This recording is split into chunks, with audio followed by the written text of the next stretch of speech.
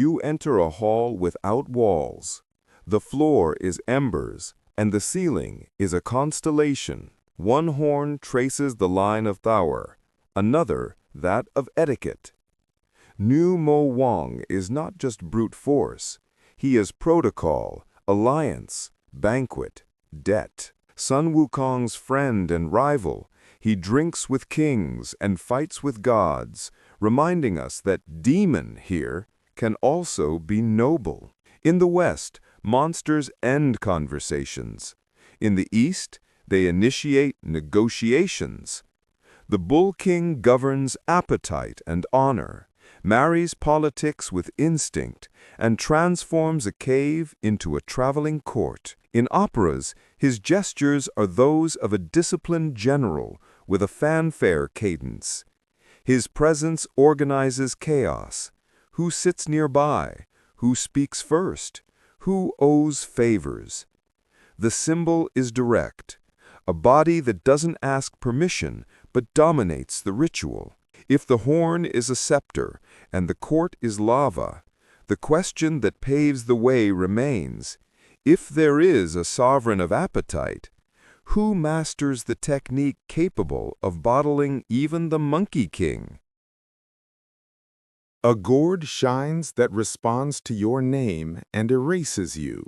Jingjiao governs the method, seals, passwords, divine vocabulary. With Laotian's treasures, he captures the group without raising dust. He wins through correct liturgy. He is virtue in reverse, discipline that tames miracles. Society learns from him that power is not volume, but procedure. The gold of his trumpet is not vanity, it is certification. As a scribe of invisible laws, he reads clauses that heroes ignore. In popular theater, the trap is polite. Whoever answers present accepts their own exile. The fear it causes is silent, almost administrative. And the lesson shines like a clean slate. Not knowing the right name costs dearly. If the solar side of the technique has already captivated effortlessly, the counterface remains. Who will reflect this shine in a metallic moon, duplicating tricks, mirroring weaknesses, and tempting to use the manual as humiliation? The duo's next step is silver that thinks like a mirror and acts like a polished cage. Silver doesn't blind, it reflects. Yin Jiao is the mirror of its brother. It confirms that the world of seals punishes distractions. The duo of horns operates vessels that suck voice and body, ropes that tighten unfulfilled promises, an aphorism that remains. In a land of rituals, ignorance is prison. Silver, a metal of purification, here controls the spiritual flow, worth more than muscles. There is a didacticism in danger. Each step requires a password. Each object demands etiquette. A rare curiosity. Sung versions mention knots tied by the pride of responding first. Yin Jiao deepens Jing Jiao's technical morality, and at the same time seduces with the cold glow of efficiency, because efficiency also intoxicates, especially when it transforms pilgrims into collectible trophies. And where there is virtue in method, the temptation of status throbs.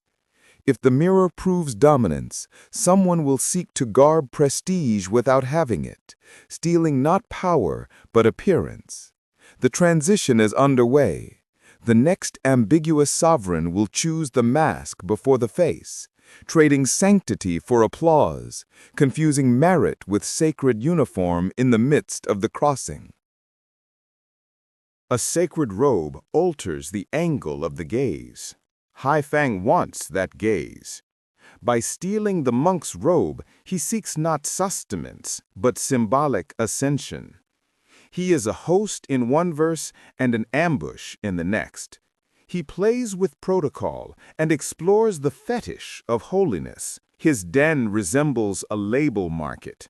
The seal on the garment counts, not the merit of the body. In pop culture, it's a status quo meme. Pose, promise, negotiate. In staged performances, doors that open backward test attention. Ethics are the direction of the gesture. Haifeng proves that the mask can precede the face, and that empty prestige raises an ill wind. Still, it's not pure evil. It serves as a lesson in religious vanity and the desire for shortcuts. But the heaven's patience ends when the facade threatens the mission. If the seduction of disguises confuses, comes one who doesn't negotiate appearance. The wind that hurts the vision, steals the map from your eyes, and turns directions into swirling sand. The samadhi wind doesn't bite, it extinguishes. Dusty yellow, sulfuric in the eye, it turns maps into mirages. Huang Feng is practical panic, blindness, disorientation, burning skin. It arises where nature already punishes, windstorms, droughts, sand dunes, and becomes a myth with its own intention. The protections are humble, anointing, covering, waiting in the shade, or brandishing talismans and invocations that stabilize the gaze. In pop, it has become a walking debuff, a negative status that corrupts heroes through explicit physiological weakness. Curiosity. Ancient lists speak of 3 combined winds that nullify techniques, like someone who shuts down entire kung fu schools. The fear here is not moral, it is sensory, immediate. When the dust settles, the body demands order. A lion on a canyon crest, a fluttering flag, tariffs and bridges. After fear, instinct seeks government. But all order exacts a price. The crossing points to a territorial sovereign, half judge, half pedagogue, with a roar that merges with a decree and a promise of protection. Against dust, calm, shade, water. These are the right names. The mane is a banner and a threat. Shi Wang manages passages. Those who enter pay. Those who leave are accountable. To the traveler, it sounds like a tyrant. To the valley, it is a guarantee. He expands the mental map. Beyond heaven and hell, there are zones with economy, diplomacy, and Yaoguai hierarchy. Lion processions at festivals echo the transit pact. Prosperity in exchange for respect for local rules. His justice is territorial, not universal, and therefore teaches politics. The guardian accumulates risks. When the fee becomes abuse, protection becomes oppression. Virtue is balance, ferocity tamed by duty. It is a reminder that monsters also build bridges. However, every rigid order breeds heresy. Before modern brands and fashion amulets, one faces the stark lesson of spiritual fall. Someone from above deserted service and chose vanity. The next chapter becomes a mirror of arrogance, a golden eyebrow as a crest of deviance, a biography that transforms sacred office into performative vanity. On each signed bridge, a roar contains 2 warnings: pay and pass. Eyebrows are emblems of a luminous past. Huang Mei, a former attendant of Maitreya, discovered the sacred kitchen and burned the dish with vanity. What was once a craft becomes a spectacle. Bowls become prisons. Many universes fit in the palm of your hand. Rites become parlor tricks. The warning is classic. Those granted access to the temple must have more humility, not less. On stage, the golden eyebrow functions as a badge of deviance, an outward sign of an appetite for reverence. Its history explains why artifacts require ethical guardians, not just skillful ones. And it leads to the climax.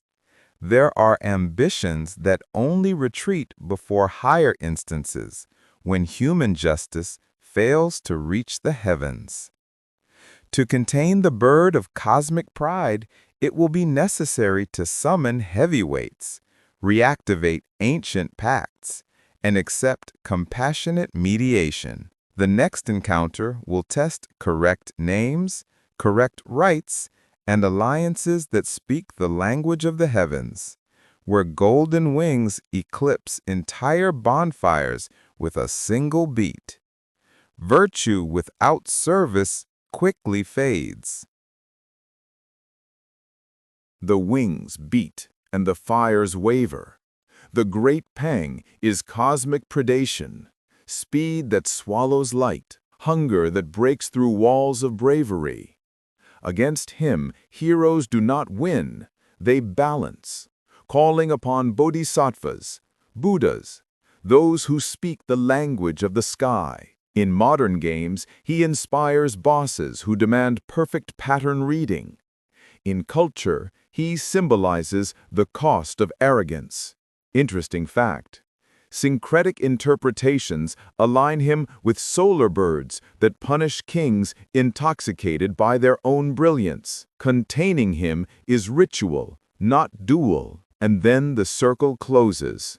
From the scepter horn that opened the journey to the commandment wing that closes it, we learn that monsters are forces to be negotiated with. To tame is not to destroy. It is to agree on limits. When the dust of the yellow wind settles and the stolen tunic returns, it becomes clear. Correct names, correct rights, and correct allies decide who tells the story, and who becomes a footnote, erased by the golden shadow that passes like a conscious eclipse. The wing silences human arguments.